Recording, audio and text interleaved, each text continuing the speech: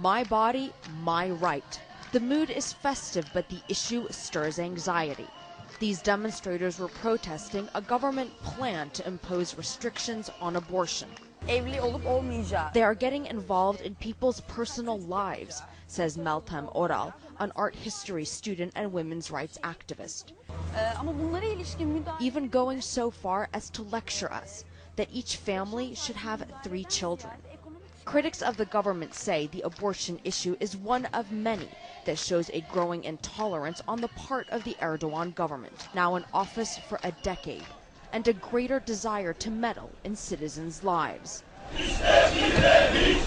Issues that include minority rights and freedom of the press. The Committee to Protect Journalists has accused the government of launching one of the biggest crackdowns on press freedoms in history.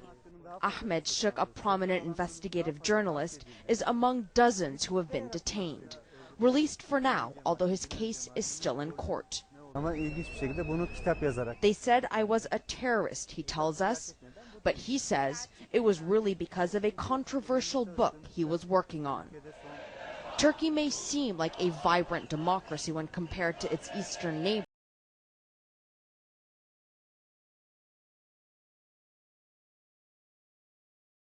Dictatorial regime. While not all of Erdogan's critics would go that far, anger is being fueled by a heavy-handed police response to protests. This is how they dealt with a procession of mourners a week after twin bombings killed dozens in the southern province of Hatay. And here on Istanbul's famous Istiklal Street, not far from Taksim Square, they wade into a demonstration against plans to destroy an old movie theater. The government has ushered in an era of dynamic growth and modernization, opponents say, at a cost to Istanbul's history. They're already fuming after the government limited how many tables bars could place outside. Ayşenur Özdemir, a bar owner, says it's extinguishing the soul that defines this part of Istanbul. What you see now is not legal, she admits. It's her act of solidarity with Gezi Park. She and others often end up sheltering people when the riot police come. At a biker bar, we meet 2 friends.